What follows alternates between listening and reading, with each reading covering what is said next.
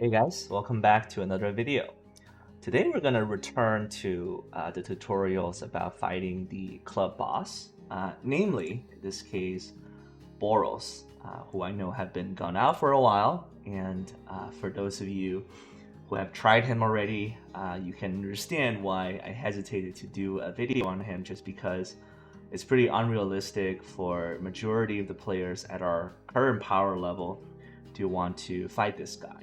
And I will start off the video by saying this is probably something I will hope for be future reference per se, rather than something just to kind of encourage you all go ham on it, just because one, as the issue we mentioned, is extremely difficult for players, especially with lower BP, to achieve the higher tier boxes. And even if one does, which I've done a few times, I can tell you for sure the drop rate of orange gear still is nowhere nearly as good as one would expect.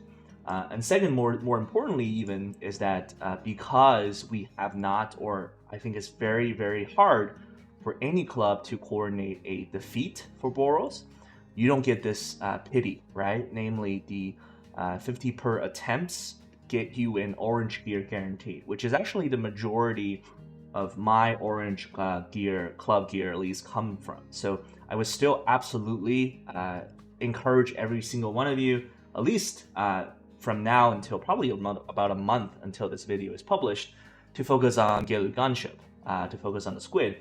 And because of the two experiences we just mentioned, right? One is majority of us are able to get an orange tier chest already, and two is you can get this pity per 50 attempts. On that topic though, just as a side note, I would highly encourage every club that is pretty active to coordinate your members to actually limit your damage to ideally below 60 or 70 million. I mean, in reality, just be as close to 50 million as possible, because it actually guarantees more of the club members are able to hit it 3 times, which accumulates in this box for orange gear, right? And anything above 50 million essentially is pointless because it already gets you the highest tier rewards. Just kind of looking out for each other, and this is what we're trying to do. And as you can see, the majority of our club does a pretty good job. We're halfway through the boss, and we have about half of the members who still haven't done, who should be able to get there 3 times in. However, today we're going to at least technically speak about the specifics about fighting Boros, who is probably tougher than any type of PvE content we've encountered so far.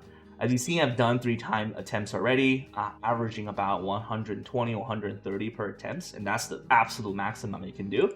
And even that is not enough to get me to orange tier 4 chest. So again, just kind of stress, this is important. This is higher power level content that none of us should attempt to do, or very few of us should attempt to do in the next few weeks. In the topic of actually coordinating a Boros push, traditionally, that will actually happen in the server merge that we're having right now, because as probably a majority of you have noted, in this new start event, which occurs when the server merges, you actually get these club challenge tickets stored up, right? And normally you will get 3 per day, but in this case you get all the way from 1 to I think that's 8, right? So counting the 3 per day normally, and then 3 additional one, you actually can get a total of 14 tokens per club boss fights. I claim one of these already, but I saved all the other ones. I claim this because I think our club decided it is unrealistic to coordinate a Boros push this time.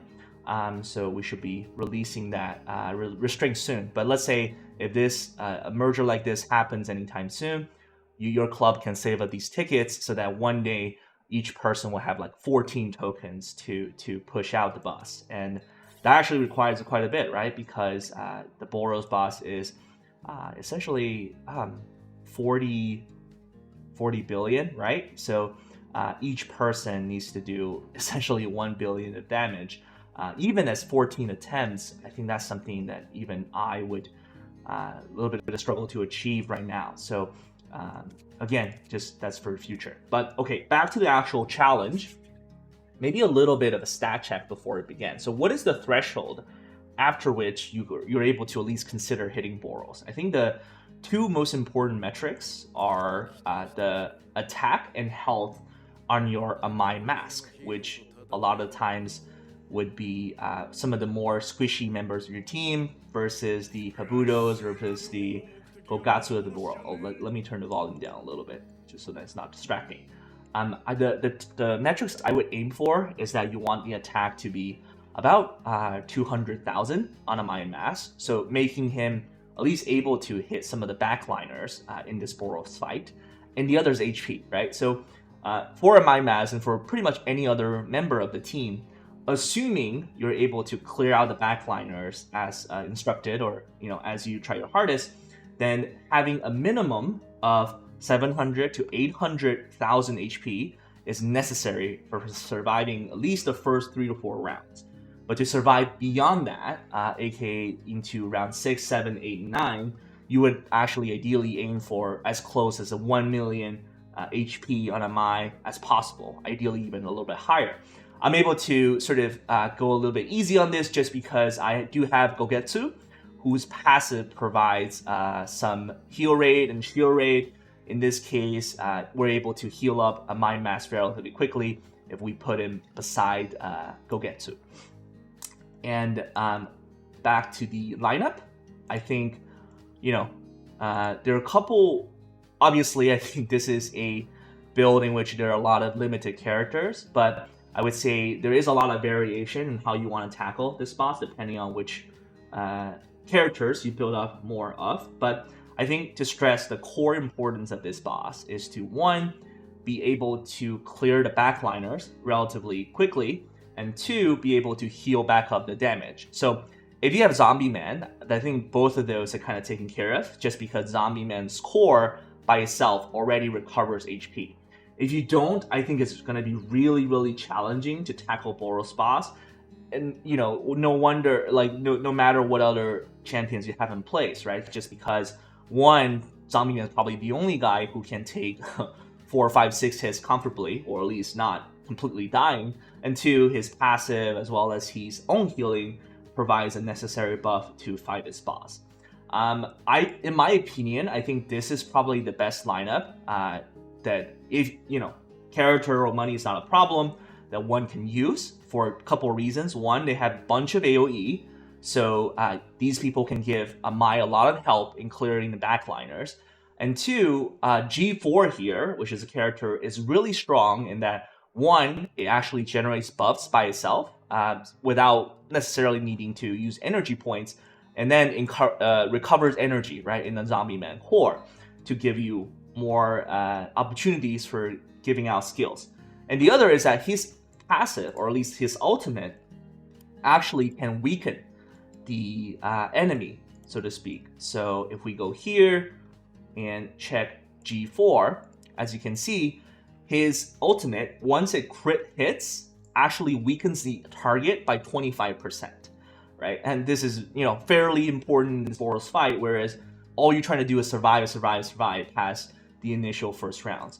I guess on that topic, maybe just briefly touch on why it's so important to clear out the backliners in this fight, which is because essentially the club boss version of Boros shares the commonality with this SSR version of Boros in that their damage of their ult increased dramatically with each Esper ally in their team. And in this fight, all of the 3 backliners are Esper, right? Getter Gunship, I think there was Goroibus, I forgot what this guy's name's called, but yeah, all of them are Esper. So you want to clear them out as soon as possible, so at least you can survive past the initial round.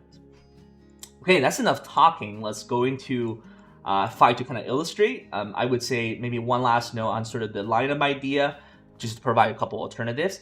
At this point, I actually can use Boros instead of G4, just because I can fairly comfortably tank the hits without needing to weaken the boss. But I think G4 is still probably the best bet. If you don't have Gogetsu, it's completely fine. You put Kabuto right here instead. You definitely need a Mai. You most probably need Zombie Man. King is a very good alternative for providing healing as well as AoE damage. If you don't have him, just fine, put someone else that you could, who either does high single target damage or that can provide ample AoE. So fairly flexible. It really depends on what allows you to, one, make your MI stay the longest, two, make sure the backliners get quickly cleared out, right? But I think this is depending on the level of the resources you've entered, depending on sort of your own playing style, this is the lineup that I feel most comfortably with at this point. So let's jump into the fight. Maybe let's just pause here for a second. And as you can see, this is what I mean by backliners, right? There are three of them, all three prior club bosses, and I guess, you know, it feels weirdly satisfying that now we're literally clearing them as minions as opposed to the infamous bosses they once were, right? But still, that doesn't make it any easier. So I'm just going to illustrate how I would do it. And again, this is flexible depending on the training level. So I want to make sure to clear these three guys as soon as possible, and ideally around the same time, because the deadline or the target we're trying to complete this task by is round 3, in which Boros will actually does his second ult of the entire fight. Let me find my mouse. So in this case, because I have the ultra ultimate of Garo, I think it's more beneficial for him to do the ultimate rather than King to save the energy. And in this case, because I had the shield up already, I'm able to sort of afford another ultimate. In this case, I will use for Gogetsu, right? To kind of just activate the internal injury and so on and so forth. Then I think this is the most important part, which is in this fight, every round you want to make sure your mind has enough energy to do an ult. I would typically focus on either the squid or this guy over here, just because the squid can lock your energy with his ultimate, and two, this guy, big guy over here, he will actually provide damage reduction to your team. So I'm not sure you missed that number right here, but when Boros did his ult for the first time without any kind of buffs or debuffs, he did about 4 million damage to my entire team, right? Which translates to about 600, 700k per each person. So if your team can't even survive that, then, not to mention the previous rounds, because it only gets tougher from there. And now, because King has a lot of energy, I want to use his ultimate to create a lot of damage. Similarly, I want to use Garo to activate those buffs and to essentially get the finishing on these guys. Now I have an option, right? I can either use Gogetsu to try to get more activation, get more of these guys in, or I can save the energy for G4 to do more high single target damage. To be safe, now I choose Gogetsu, but again, just kind of flexible on what you do. Because in this case, the squid is low enough to die with an AoE attack, I'm going to focus on this big guy over here. Okay, going forward. And Boros does ultimate and base attack alternatively, right? So this time he does ultimate base attack, which is in this case like 600k. So also not a number to joke about. So anyone besides Zombie Man would really struggle as the tank in this fight. All similar as before, I'm just going to try to use these AoE ultimates so that we clear out the backliners as soon as possible. And as you can see, we're almost there, right? As well, with this my ultimate, we should be able to finish the last backliner off, hopefully. And as a side note, right, because MI does sort of randomly 3 or 4, 5 attacks, if you have a lower BP team or you really want to optimize it, you can literally restart a fight if he doesn't do 5 hits every single turn. Okay, nothing fancy over here. This is turn 3 where he does another ultimate, and in this case, because we clear out the backliners, the damage isn't as scary, right? But I guarantee you, if you ever want to try out just leaving even 1 or 2 of the backliners there, his damage will crush the entire team, no doubt about it. In this case, we're kind of got lucky we did able to finish him off. I'm just going to save some energy to give room for healing and higher single target damage. Okay. And give him ultimate too. Give Zombie Man some healing for himself and the rest of the team. This is actually the part where, you could pretty much just skip the fight too, just because the hardest part of the fight is done already. But I think just to illustrate, he actually does even more damage in later turns, which almost feels a little bit unfair. I think that's when I said that's when you require the actual 1 million HP per person to survive. In this case, I give G4 the ultimate and hope for a crit hit. He doesn't, unfortunately, so we don't get that sweet damage reduction, but that's fine. But this is, I think, starting forward, even though we clear the backliner, so the damage still gets super high. As you can see, 6 mil. I feel it's kind of unreasonable design, to be honest. Like, why in the hell, anything here that says that he should be doing literally twice the amount of damage per person in a round 6 random ultimate, right? But, you know, it is what it is, we deal with it. So again, if you don't have literally 1 million HP on these guys, also I think I missed the ultimate there, you will not be able to survive past round 5, right? So again, just kind of a benchmark right there. Okay, base attack, and as you can even base attack now does 2.4 million damage. So no one besides Zombie Man can realistically tank those hits, right? And even him would die after a few rounds, as you can see towards later of the fight. This is where I try to make sure all of the single attack target characters get the energy for ults. As you can see, he does that again, 6 mil. So basically from that point on, he will do 6 mil per entire attack, which is split between 6 members. Is 1 mil per person, and you require a lot to defend that. This is actually Zombie Man even died after all of this. I'm not sure I have ever literally had Zombie Man die to PvE content before, just by kind of pure number of deaths.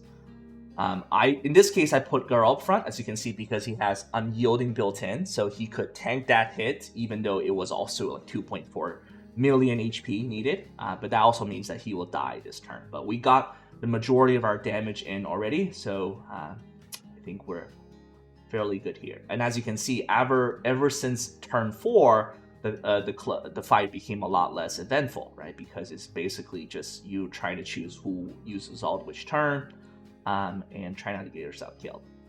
Okay? Alright, so we're giving all the ultimates, and it's time to skip. Okay? So this is, I believe, about 128 million. So right now, doing 3 times a little bit short of the tier 4 chest, but hopefully this is the type of damage that all of us are able to do very comfortably in a couple weeks, if not a couple, about a month. And again, just to kind of stress, just to always make sure, as the current point, to try to hit Gary Gunship instead of Boros. And once you decide to hit Boros, you want to check the criteria of the attack and HP of the characters, right? Attack being about 200k for my mask, HP being about 700, 800k to survive the first 3 rounds, and 1 million HP per person after. Alright, I think that's the end of the video. I hope it was helpful to all of you. Let me know if questions as always, and see you next time.